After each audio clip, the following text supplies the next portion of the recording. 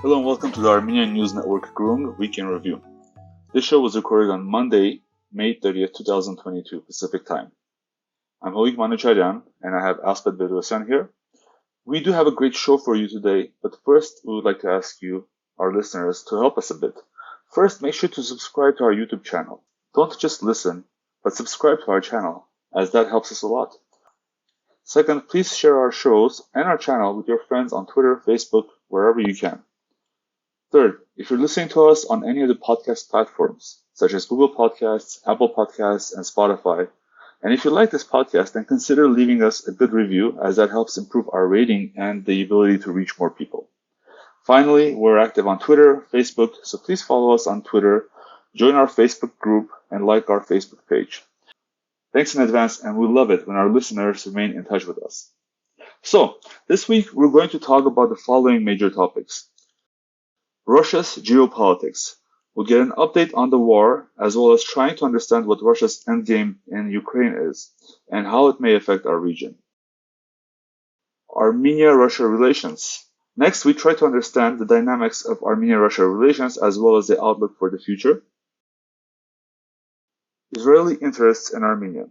Lastly, taking advantage of our guest's area of expertise, we'll look at Israel-Armenia relations, and the history of failures in this area, and what is needed for Armenia to finally start to derive some benefits from working in this complex environment. And today, to talk about these issues, we have with us Dr. Sergei Melkonian, who is an expert at the Russian International Affairs Council, RIAC.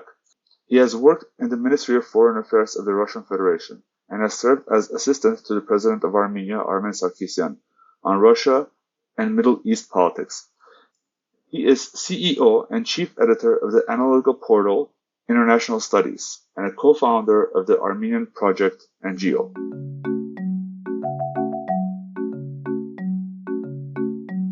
Welcome to our show, Sergei. We are very happy to have you with us. Hey, Sergei. Thank you. Thank you for the invitation. Wonderful. So this is our first show with you, and we want to take advantage of your areas of expertise, namely Russian geopolitics and the war in Ukraine, Israeli national interests in Armenia, and we'll also talk about the state of Armenia's relations with Russia 4 years into the Pashinyan administration. So let's start with the war in Ukraine, which has been going on now for 3 months. It started on February 24. With a quarter of a year into it, it's very difficult to understand from the press of either side of the Russia-West divide what's going on, and reading both sides leaves one confused. What is going on with the war in Ukraine? Can you tell us a little bit about this? Yeah, thank you. In general, what's going on now in the world and in the Ukraine particularly, we can see the creating a new world order and the division of the spheres of influence. First of all, this division of spheres is directly connected with the security dimension. Russia tries to enlarge its security, let's say, borders, because, for example, which kind of red lines they were crossed by Ukrainian authorities. Russian officials many times underlined that getting a nuke from any country that has direct border with Russia is a red line. Having external country, first NATO countries, military bases around Russian borders is also red line. So what happened in the beginning of this year? Ukrainian president announced that they need nukes, or they need to place or replace any other country's nuke on their territory to get more security guarantees. Mm-hmm. So this was the first red line for Russians. And the second red line was connected with the US and UK military bases. I mean, there were signed 2 contracts of creating UK military base on Azov Sea and US military base in Black Sea. Mm-hmm. So just try to understand the Russian perception of these lakes, these seas. the Azov is not a kind of just sea like Caspian Sea or Black Sea. The Azov Sea is like, from Russian perception, is internal lake for Russia. I mean, starting from the Empire times, continuing with the Soviet Union. So they cannot imagine, like, in our internal sphere, we can get a UK military base or a US military base, and we can get US or UK nukes. So it was unprecedented, crossing the red lines, and Russia could not just be sitting and just observing what's going next. So after these two red lines, Russia reacted only military, because I think they were not ready for huge financial and economic campaign against all the world, because they relied mostly on China, India, but some issues. I mean, working and sharing the technologies, they are stopped with China, some direction. So I'm not sure that all this component they negotiated and dealt. But anyway, the military campaign in Ukraine changed. From the first perspective, Russia tried to make a huge pressure on Ukrainian authorities, and it didn't work. I think it didn't work. This is why. Right, I agree. Yeah, this is why they had to withdraw from Kiev, Chernihiv, and other district, and try to focus mostly on more important direction. So the most important direction now is Donbass and other districts that have direct connection with the Black Sea. So correct me if I'm wrong, when Russia started the war, it had, or at least we had the impression that it was going to be a relatively short war, maybe a couple of weeks. But obviously 3 months into it, the war continues. What surprises did Russia encounter after the war started? I think they were preparing for Georgia scenario. I mean, after a couple of days pressure, they will collapse the country, the governments, etc. What changed? It's a complicated question. What can be done by Russians now? I think the most important direction is getting to Moldova now. They just imagine Russian troops from the starting of the war. There were 200,000. Ukraine could mobilize 400,000. So they attacked the country that has too much times more troops.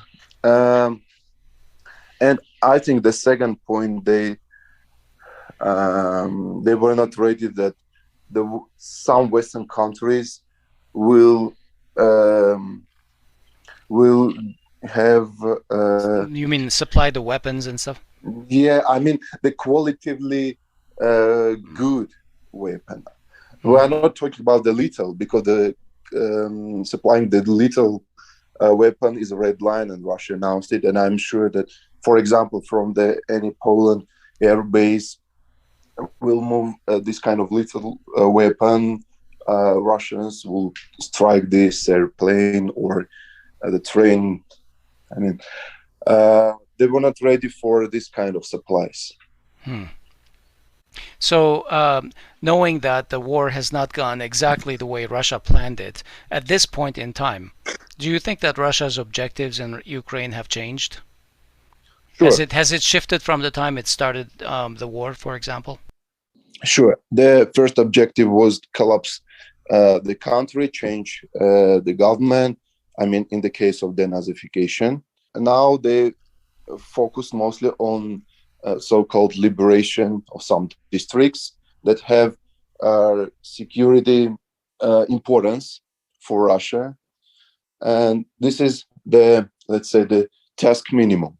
The task maximum is also in the long-term perspective to collapse Ukraine and change, the vector of the policy vector, external one. Because of Russia's attention being paid to Ukraine right now and how the war has not gone very well, their attention on the South Caucasus has been diverted. Now, most analysts think that Russia is spending the bare minimum of effort on South Caucasus to prevent the region from flaring up into military conflict, while it tries to solve the Ukraine crisis. Many analysts think that much of how Russia proceeds in the South Caucasus, and indeed the whole world, depends on how the war in Ukraine ultimately resolves. Can you explain this to us? Are the possible scenarios if Russia wins or if Russia loses, or is this much more nuanced and gradated? Thank you. Sure, these two topics are interconnected. Firstly, with Russian military possibilities. Second, with Russian economy possibilities. Regarding South Caucasus, what Russia is now trying to do with the spheres of military influences, not only on the South Caucasus, but in Syria. What was going in Syria starting from March? Mm-hmm. Russia partly started withdrawing its troops and sharing the sphere of influence with Iran. Not with Turkey, but with Iran, that shares its, Russian perspective on the future of the Syria and on the Middle East in general. Okay, that is interesting. Yeah, because Iran, sure, there are some risks because the rising of Iranian presence in Syria, it has its threats to Israel, so it can broke the balance. But anyway, Turkey is a revisionist state in this case because they are not ready to keep the Assad regime. They are not going to keep the territorial integrity of Syria. But the Iran shares this perspective, Russian perspective. So they try to reserve this, military status quo in Syria. The same they're trying to do now in the South Caucasus.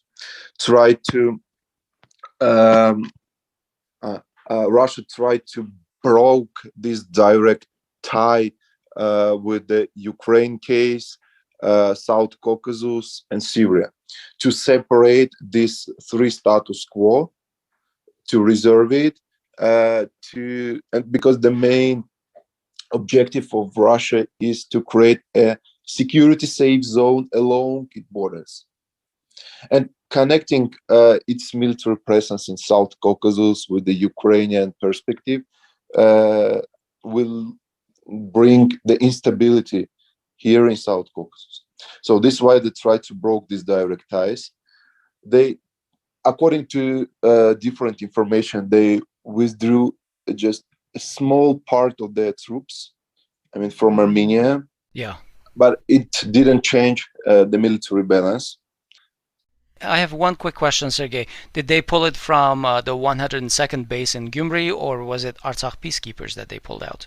I got the information that from the both, because couple peacekeepers we saw on the Ukraine, mm-hmm. and also some, good qualified officers also participated in the Ukraine war. Okay. It's just a couple of examples. I can't say that it's a kind of direct trend of withdrawing troops and focusing on the Ukraine now. I can't say this. So here they try to keep the military balance, and it's based on Turkish presence in Azerbaijan, because the Iranian side does not have any kind of military presence in this region. Mm-hmm. And Russian withdrawing from the South Caucasus will break this military balance because it will create a kind of vacuum, and only Turkey will be ready to fulfill this vacuum. Sure, Iran has political will to fulfill this vacuum, but they do not have any possibilities, and that based on the legal some documents. Mm-hmm. So Turkey has a kind of military alliance. I mean, after the Shusha declaration from the last year, they have a legal base for their presence here. Right. Russia has, Armenia has the same relations with Russia. So Russia has the legal base presence both in Armenia and Artsakh. Mm-hmm. The Iranian side, it does not have any legal base. So right. It will lead to creating a vacuum that only Turkey can fulfill it. And this is, South Caucasus being the historically the sphere of influence, Russian sphere of influence, cannot be fulfilled only by Turkey. So from the Russian perspective, it's this balance is not a balance, it's broke balance that pose the direct security threat to Russia. Yeah, the fact that Iran doesn't have a military capability to get into this space, my take is that they have been trying to keep the Russians in that space because they cannot counterbalance Turkey. I will try to correct you. Iran has military capabilities, and they are ready to have any kind of presence here in South Caucasus, but they do not have any kind of legal base. I will just give one example. After the last Artsakh war, what happened with Iran-Armenian relations? Many times we heard from Iranian officials in Yerevan that they are ready to help Armenia keeps unique. They told us many times, so let's start any kind of military drills in your south provinces. We can keep small, let's say, part of our military personnel in Sunik, just a kind of red line, the physical red line for Turkey and Azeris. But this all suggestions, they were rejected from Armenian officials. So, I mean, they have political will, they have military capabilities because they collected their military staff on the north border with Turkey, Azerbaijan, Armenia, and Artsakh after the war, because they also were aware that the military base balance will be changed, and Turkey will pose the military threat to Iran on its north border. So they are ready, and they have political will. Sergei, we recently heard that Turkey is actually is making moves already, but they're planning and they're executing an incursion into Syria. And we heard that there are discussions with Putin and Erdogan about this. But is this more of a negotiated division of responsibilities or a new rebalancing of responsibilities versus Turkey essentially trying to open a second front against Russia, which we commonly hear in Armenia being said about in the context of this war? Thank you. What Turkey tried to do nowadays? Turkey tries to, let's say, use the moment. They see that they can get anything from Sweden and Finland case joining NATO. I mean, getting something for them, for Turkey. They see that, okay, there is creating a security vacuum in Syria. So Erdogan perception. Many times I've told Putin that I have my interest there. I mean, in North Syria, I'm in a security zone. So let's try to negotiate this time. And I'm sure that Putin will not reject, because Putin is interested in me. I mean, in the case of creating a security zone in Black Sea. Yeah, Turkey used its possibilities to let's say preserve the Black Sea region from entering some external military ships. So for Russia, the Turkish, let's say, first natural role in Ukraine conflict, And the second is sometime supporting not Russian vision, but Russian awareness, security cases, is a huge advantage for Russia. Imagine the second NATO state that has a direct border and sea with Ukraine is a neutral in this conflict, and moreover, sometimes helps you. So this is why the same perspective. Putin says Erdogan, I need security zone, please do something in the Black Sea. They said, okay. And the same Erdogan says, Putin, I need a security zone. Let's think about this. So the same perspective, yeah. Okay. So coming back to the Ukraine theater, Sergei, can Russia, quote unquote, win? When? And what is Russia's definition of winning at this point? Russia tries to change accents of what's the more important for them today. The first one is liberation of Donbas territories, Donetsk and Lugansk People's Republic territories. The second one is enlarging and integrating some other districts. The Kherson, probably Nikolaev, Odessa. So the task minimum is the liberation of Donbass and its integration. They can sell it to the population. Let's see, we won in this war. This was not the war with Ukraine. The most important narrative that this is the war against the West. So, and we won in the war against the West, not with Ukraine, because all of this collective, let's say, let's use political terminology, all this collective West is against us. They, military pressure, economic pressure, etc. But we resisted and we won. That's it. So the second, important direction of Russian victory will be cutting Ukraine from the Black Sea. And I'm not sure that there is a political decision, but regarding, the movement of Russian military in the south of Ukraine, we can conclude that this is the task for the long-term perspective. I see. Russia does not have anything to lose. Okay. Nothing to lose. Yeah. So if they have capabilities to cut Ukraine from the Black Sea and getting to Moldova, this will be, the best scenario for them in short-term perspective. Let's move on to, our region a little bit more and talk about Armenia-Russia relations. While Russia's attention is diverted, as we discussed, the EU seems to have taken the lead in the Armenian and Azerbaijani so-called peace negotiations. To begin with, can you describe your assessment of Armenia's current relationship with Russia? And, if there are any problems in that relationship, how can Armenia address it? Taking into account that relations with Russia is directly connected to Armenian security today, it's a really important issue. Let's try to see the dynamic of Armenia-Russia relations starting from 2018.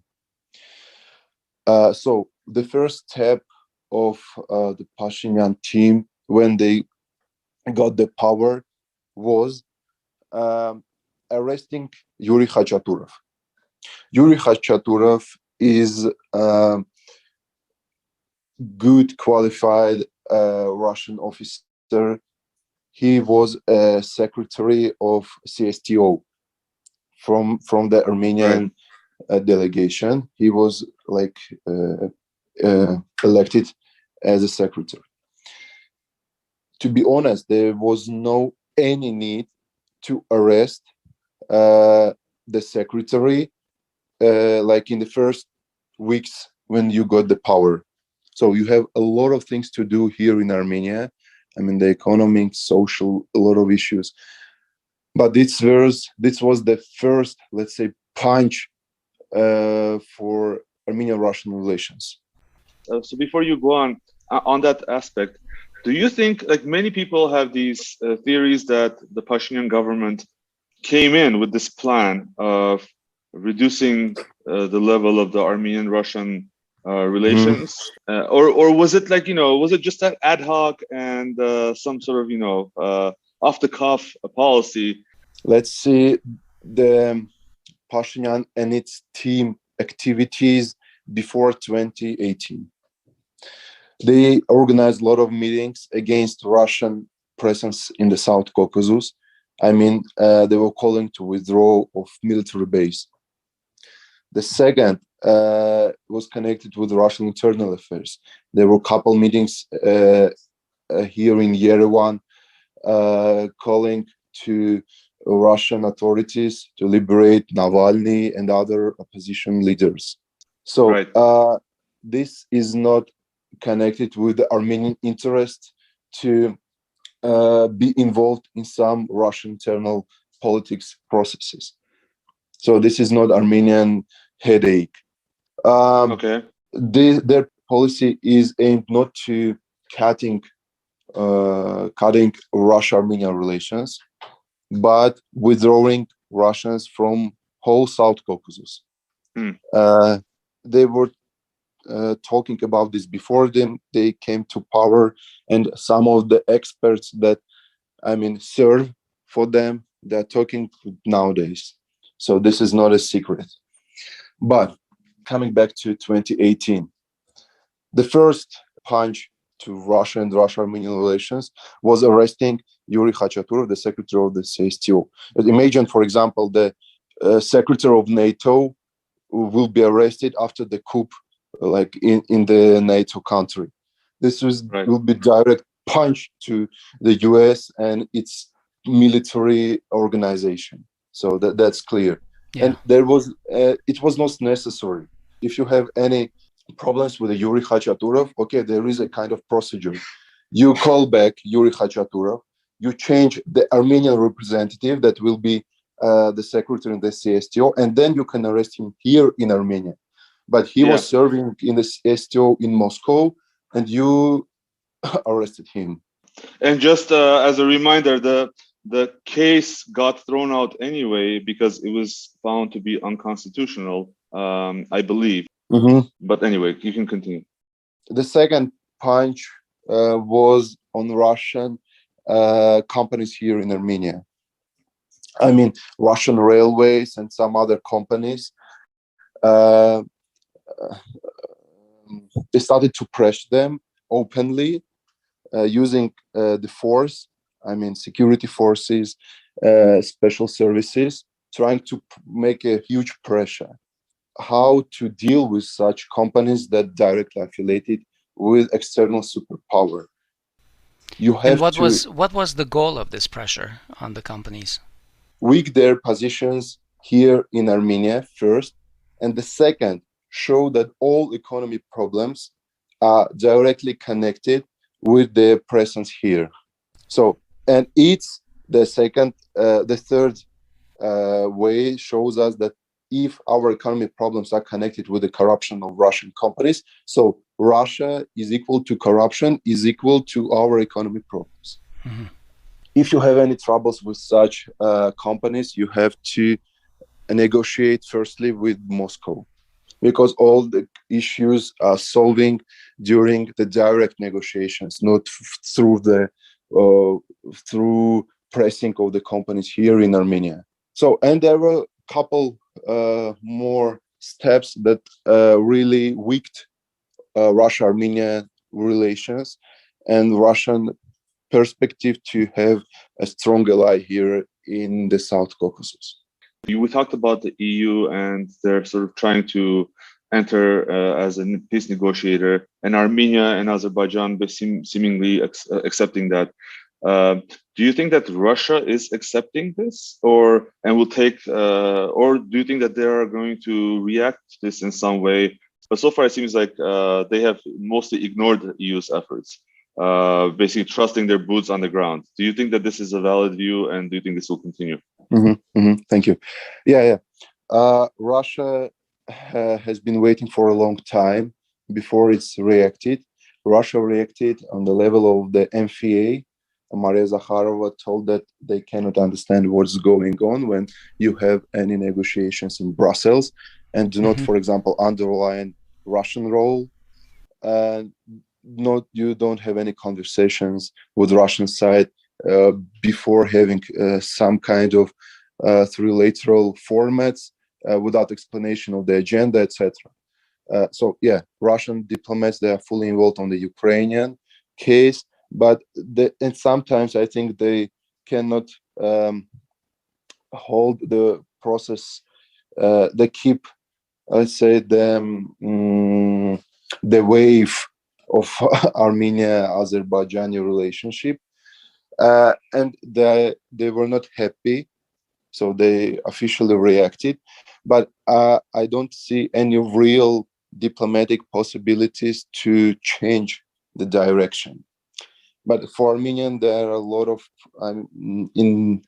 problems in the short-term perspective, because if you reach any negotiations in Brussels, through the EU, there should be one external side that can implement it here.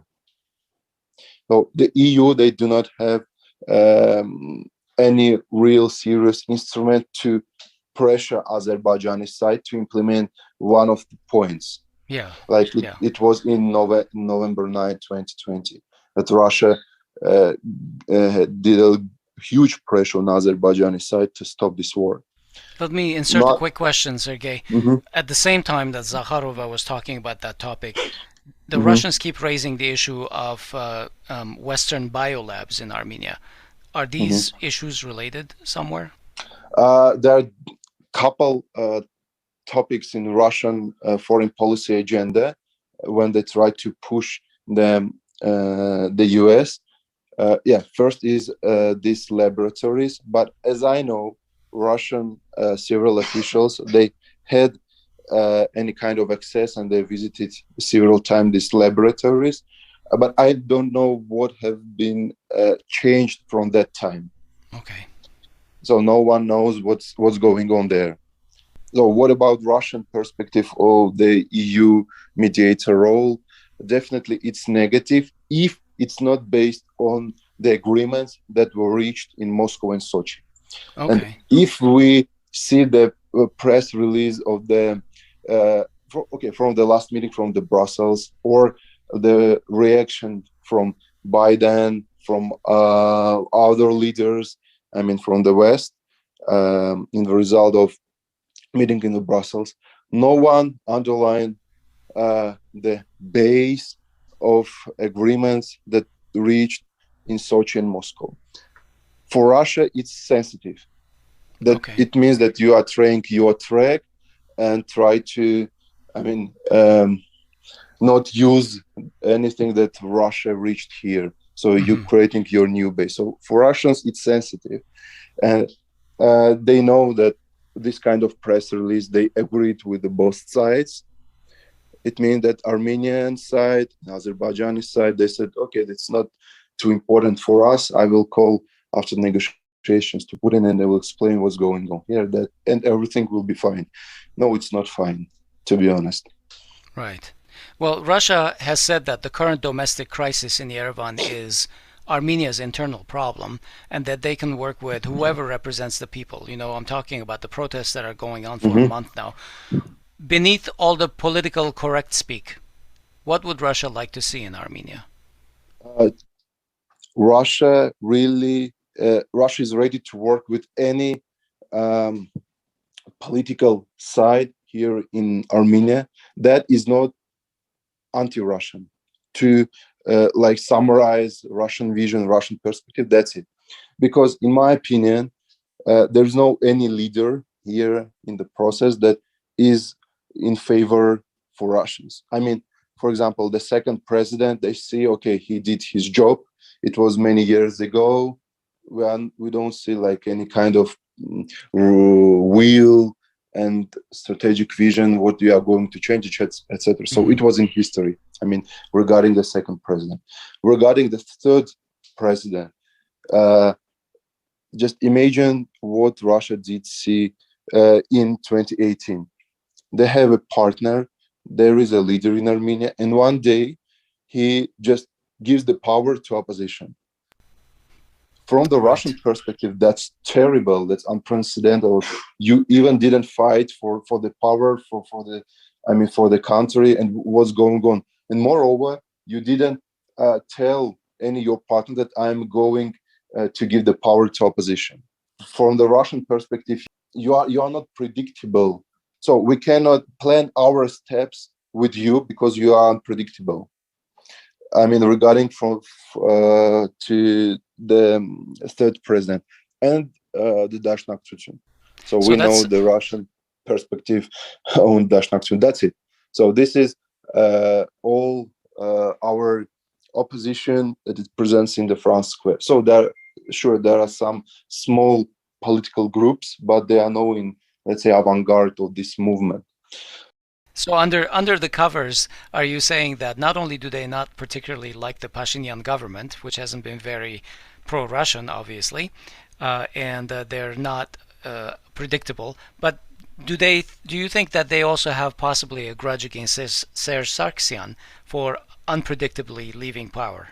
Yeah. So the Serge Sarkissian is much more unpredictable for them as Pashinyan. So Pashinyan, Pashinyan is not pro-Russian, but Pashinyan was unpredictable during the first years. I know some examples how he negotiated in Russia. They reached any agreement. He comes back to Yerevan and turns 180 degrees, telling that we reached this kind of agreement. But when Russia got the feedback, they were shocked. I mean, the FE, what's going on? So it was complicated to reach any agreement with Pashinyan starting from 2018, but the situation changed after 2020. So Russia created this kind of configuration that these authorities, they do not have, let's say, any possibilities to make big steps to the West. I mean, if before they can reverse and make a big revision of their foreign policy agenda, now this possibility is so low. But then how would you explain the fact that Pashinyan is not apparently acting in Russian interests by allowing the EU to take a lead? Pashinyan understands Russian red lines. I mean, in the Ukraine case. First, Pashinyan didn't cross any red line, sending any weapon, I mean, even not lethal, to Ukraine. The second one, Armenia decided to absent during the vote in the UN regarding the Ukraine case. So there are these topics that are too sensitive for Russian side, and Armenia does not participate in them. So from the Russian perspective, it means, okay, you respect my red lines, we are ready to continue working with you. But in general, yeah, in long-term perspective, they see what's going on, but Russians, they cannot, I mean, work with really long-term perspectives now because they are focused mostly on the short-term perspective.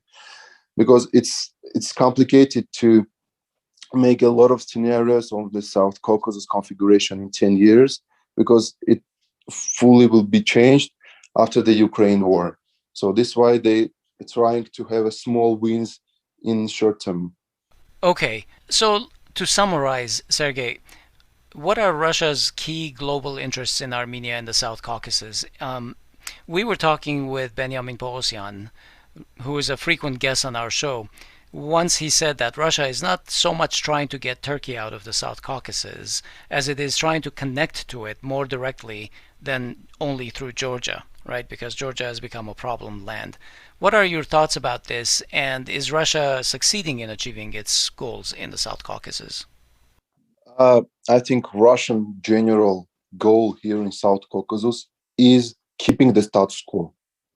I mean, keeping these security deals that they reached after 2020, because it will give them the legal base for their presence, and they know that Turkey has a legal base for their presence, and this situation here is quite predictable, and they can manage it. So this is, I mean, the most important goal for them here in South Caucasus. I agree with my colleague Benjamin that there is no any real task to move out Turkey from the South Caucasus, because they have to spend a lot of resources for it. And for now, that everywhere the situation is complicated, for Russians, it's much more better to deal with Turkey than have any kind of confrontation close to Russian borders.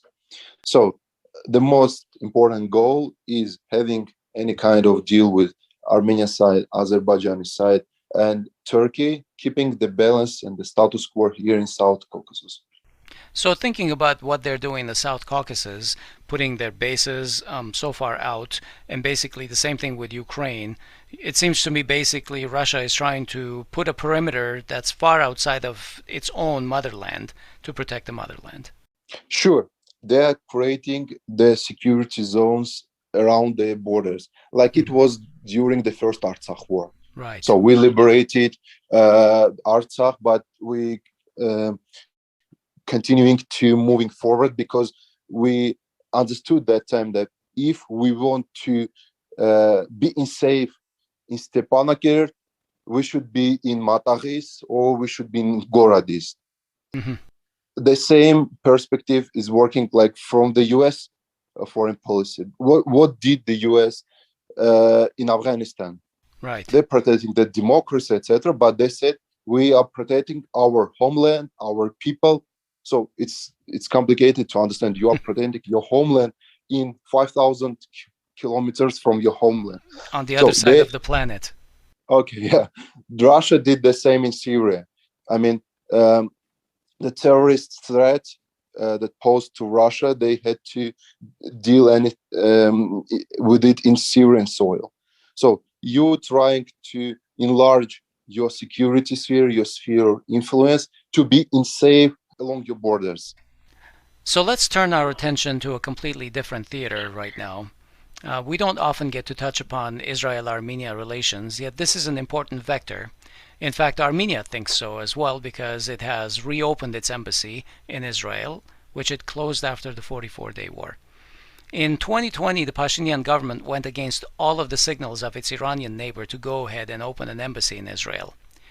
Then, when it became evident that Israel was providing a lot of the lethal weapons being used to kill Armenians in Artsakh in the war, and Armenia asked Israel to stop it, and Israel responded with a flat negative, right? Flat out negative. They didn't even deny it. They said, no, we're not going to stop selling arms to Azerbaijan. Pashinyan recalled his ambassador for quote-unquote consultations. Sergei, the emotional and popular Armenian belief is that Armenia and Israel are very similar, two nations and states that have arisen from ashes of genocide, etc. But can you explain for us the geopolitics of why Israel and Armenia are so far apart that Israel is public and proud about selling arms to kill Armenians? How is it that they view their national interests to be so orthogonally opposed to Armenia's? Thank you. That's a really interesting question. I mean, the Armenian-Israeli relations. First of all, we should understand that Armenia and Israel, I mean, also Armenian diaspora and Israeli diaspora, we play in different leagues. Mm-hmm. If Israel plays in the first league, we play in the second league. So our possibilities, they are really different. What about Russian or Israeli perspective of the relations with Azerbaijan and Armenia?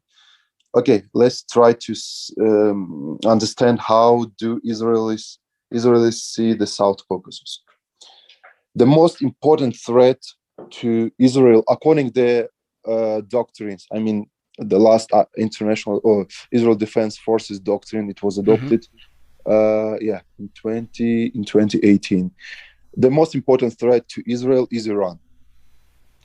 Okay. All Israeli foreign policy in the Middle East, I mean, South Caucasus being one of the part of the Middle East, is all about Iran.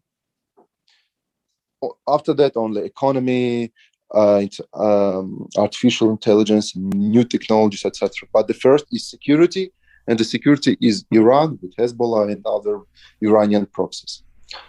So Israel see that Iran has two borders, so with Azerbaijan and with Armenia. Armenia had a lot of phobias in its foreign policy, like they were not ready to do any serious step, because anytime any politicians here, they say, oh, but we should aware what do Iranians think about this. Oh no, we have Iran, so we cannot do this kind of steps. So Azerbaijan rebalanced this vision.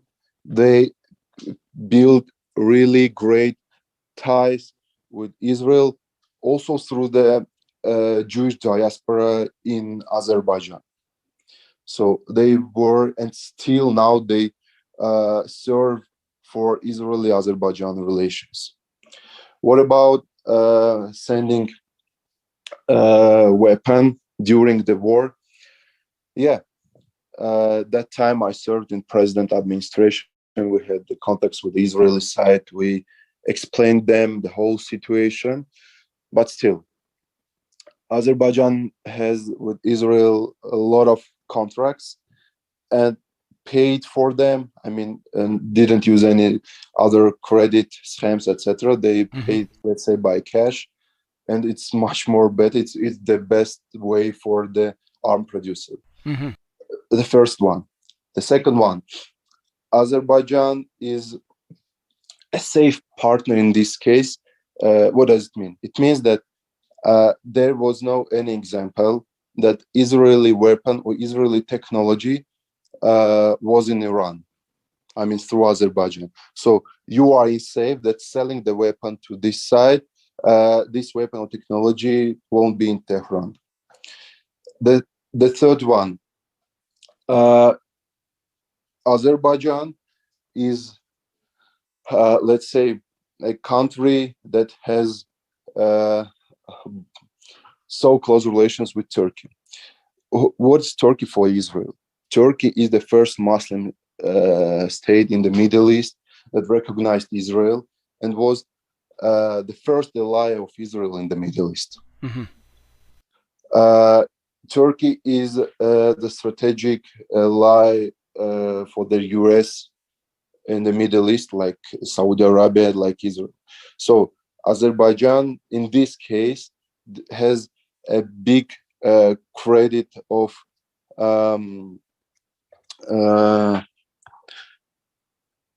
a big credit of trust from Israel. Taking into account these 3 points, Israel was ready to deal with Azerbaijan. What about Israeli perspective here in South Caucasus? As I mentioned, it's Iran. So trying to implement its own Artsakh issue.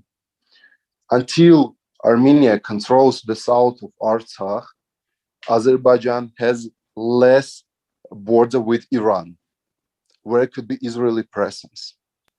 Yeah. And if Azerbaijan takes the south of Artsakh, the possibilities for Israel to work from Azerbaijani soil regarding Iran, it's rise many times. And we saw it last week. I mean, couple Israeli companies, they tried to participate in creating so-called smart cities in south of Artsakh, mostly owned in Zangilan and Kovsakan. And Israeli minister, he visited this city, but to make you understand, this city is in 7 kilometers from the Iranian border. And now what does it mean that this is a smart city? It means that Israeli companies that are affiliated directly with the government, they collect their new technologies along Iranian border. That's it. Does it have military significance? I'm not sure that it has military significance, but they can collect the information, and it will be, I mean, useful for the Israeli actions in Iran. Yeah, we saw last week that one Iranian official was killed. Then we see the military drills of Israel that are aimed to bomb Iranian nuclear reactors. Yeah. So having this kind of the proximity presence, to the border is amazing. yeah, it's a huge advantage. So there is no any country along Israel or along Iran where Israel has such presence. There is no military significance in the case that Israel is not going to create a military base there, because they know that this is a red line for the Iran, and they will attack Azerbaijan. That's clear. So this is why they try to understand better how they can enlarge their red lines to get more advantage. Okay. A moment ago you mentioned Turkey. On the surface, there's a lot of tension and negative rhetoric between Turkey and Israel, but under the surface, there are a lot of ties. Can you explore the dynamics between these two countries, especially from the angle of how it affects Armenia? As I mentioned, Turkey was the first Israeli ally in the Middle East. So it was the window to the Middle Eastern world for Israel. Despite the political crisis in Israel-Turkey relations, we can see that if we see the economic growth, I mean the exchange of goods and products, after the crisis starts in 2010, it's just growing up. It didn't stop despite the political crisis. So political economy is the economy, money is money. Turkey tries to see itself like a leader in the Muslim world. This is why they have to react on any cases related to Palestinians in Israel, because the Palestinian issue is one of the most important from the Islamic perspective, that you need to protect your ummah here, that is even it's close to your borders. So, and if we remember, I mean, Erdogan's steps after the 2020, when Israeli military operation in Gaza started, Erdogan has a lot of phone calls with all leaders of Muslim countries. He tried to create any kind of coalition to help Palestinians, but most of them rejected. So this is why Turkey didn't do anything. So in this perspective, Turkey understood that it's much better to have a deal now with Israel. This is why we saw the unprecedented visit of head of Turkish MFA in Jerusalem, in Tel Aviv, because previous time it was, I don't know, probably 5 or 7 years ago, or no, 15 years before the last time Turkish MFA visited Israel. So this was an unprecedented event.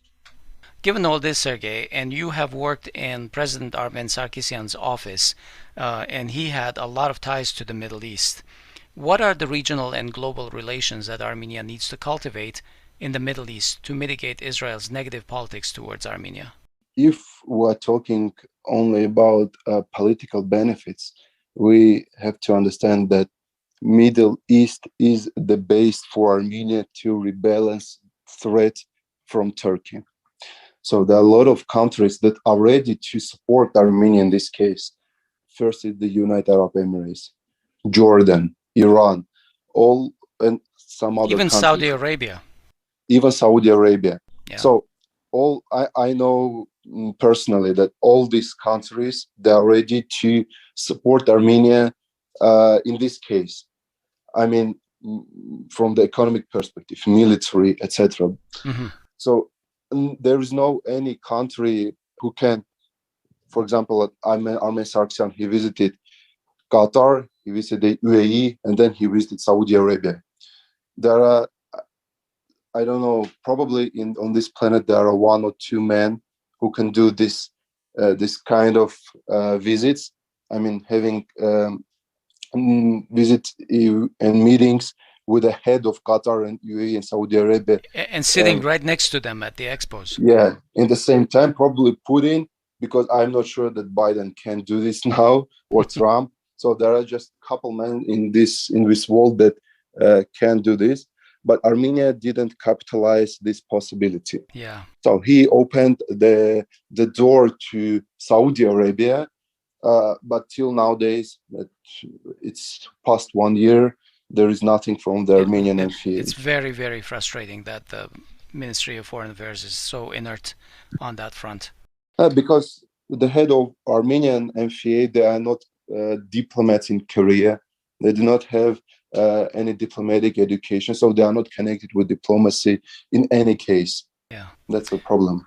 Okay, so to kind of to close off this topic, what common grounds can Armenia and Israel cultivate for a positive relationship based on mutual interests at this point, now that we have an ambassador there? I will give Russian example that we can implement to Armenia-Israel relations. Russia and Israel have a lot of problems. I mean, in the Syria direction, other topics of global agenda, but there are a couple points that are connected with Russian and Israeli interests. It is condemning the glorification of Nazis. This is the avant-garde of Russian propaganda, and Israel supports, in this case, Russia. I'm talking about the rhetorical, part. For the Armenia, if Armenian side cultivates the real Turkey policy in the South Caucasus regarding Armenian population, there could be a lot of benefits. I will just give one example. There was a woman, Sarah Aronson. She was Jewish from Syria, from Ottoman Empire, and she moved from Constantinople to Haifa. She worked with the UK special services that tried to create any Jewish communities there, and she wrote that when I was moving from Constantinople to Haifa, I saw what's going on with Armenians. I was shocked. She described the genocide events. So, and I realized that we have to create our own country to protect ourselves, etc. I mean, from this perspective, Israel really understand what's going on with Armenia. I mean, Turkey-Armenia relations. That going to the practice-oriented way. One more example. A week before, between Azerbaijan and Israel was signed a contract according to which around 50 students, they will study in Israel universities in agriculture sphere, how they use artificial intelligence, new technologies, etc. For the Armenian side, this way has huge importance. I can't agree with this kind of perspective where we have disagreement, the mutual interests. We should focus what Armenia can get from Israel, how Israel can be useful for Armenia. And when we pose our goals in this way, we can find different, let's say, possibilities, instruments to achieve them. But we should also probably ask how we can be useful for them, right? So that they see some kind of benefit in having relations with Armenia. I'm not sure. I will explain why. Because when I moved to Armenia, and I have a lot of meetings with Armenian experts, there is really one problem here. Armenian experts try to explain to Russian officials, Russian experts, what are the interests here? And Russians say, so stop guys, we know our interests. Don't tell us about Turkey threat, etc. We know our interests better than you. So focus on your agenda. So this is why we have to focus on our agenda. And Israel, they will find their way. They will find the interest in Armenian larger in South Caucasus. They will do it. But we have to understand just for ourselves, what are we interested in? That's it. Okay. Hovig, any final thoughts? Sergei, any thoughts before I close? About the embassy in Israel. Mm-hmm. Sure, go ahead. A couple words. Armenia opened its embassy in Israel and didn't get any benefit from this. No benefit. But for example, if Armenia could that time deal with Iranian side and open, probably not embassy, but open a representative in Jerusalem, like Azerbaijan did. They opened a representative in Tel Aviv. Armenian side can get a lot of benefits because the Jerusalem was in top in Israeli foreign policy agenda. But Armenia lost its, let's say, time and didn't get anything from this step. So, okay, we have our embassy in Tel Aviv, and so what? So your political step, you have to try to sell as much more expensive, like Turkey does now. I mean, with Sweden, Finland, etc. Any step they try to sell and get anything that they can. But Armenia didn't do that. Right. All right. We're going to leave it there for today. Thank you, Sergei. Thank you very much for spending time with us. Thank you. Thank you a lot. I appreciate it.